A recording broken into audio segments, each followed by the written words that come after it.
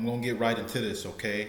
The Woman King. The Woman King takes place in early 1800s, I believe 1820, in Africa, in a kingdom called Dahomey, and it's about this elite squadron of all women, okay, essentially, and it's led by General Naniska, who's played by Viola Davis, and Viola Davis, she's this very bold, masculine character. She has very good leadership. She shows very little emotion, and she played that part so good to the point where I believe it. Like she has the muscles and everything.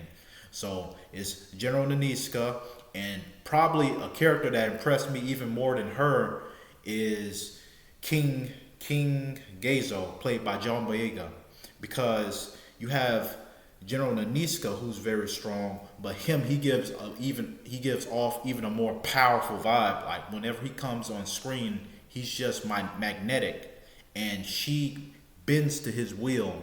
Like he just speaks with so much power, and so both of those characters were very good. Okay, the thing is, these two characters, they aren't the main characters. The main character is Nawi, and Nawi, she's the daughter of a decently important person in the village, and she has a reputation as being very belligerent, disobedient, and so her father ends up disowning her and giving her away to General Naniska, and it's there where she's going to get trained to be a part of this elite squadron of all women.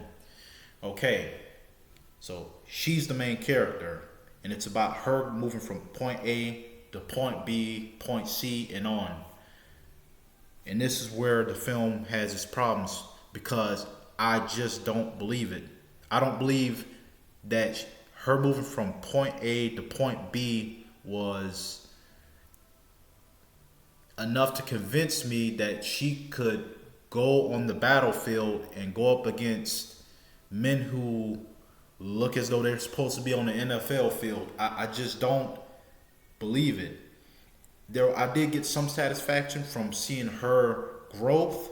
It's just that her growth was displayed on the battlefield. It was some good action sequences. It's just that it was displayed as her being on the battlefield and manhandling these 5'11", 6'2" grown men, and I just didn't believe it. As a matter of fact, I didn't believe a lot of the squadron beating all of these men. I just couldn't buy it, and so based on that is where the film did not build up enough credibility for me. Now, General Naniska, she looked like she could manhandle. She probably could manhandle me.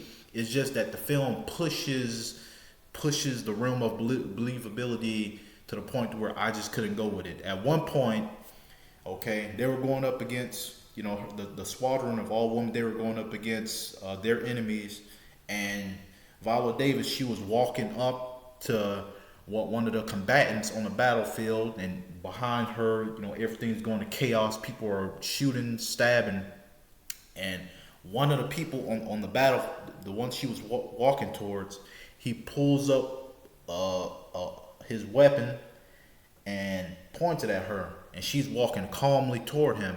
And I was thinking to myself, if she blocked this bullet with her sword, and so the guy's like, and she's like, and she deflect the bullet, and I'm like,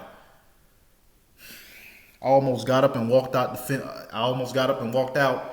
but that's where the film has problems in terms of its believability. Other than that, the action sequences were good. They just weren't believable. And Nawi, I just didn't believe her development. I didn't believe it. The film was all right, all in all.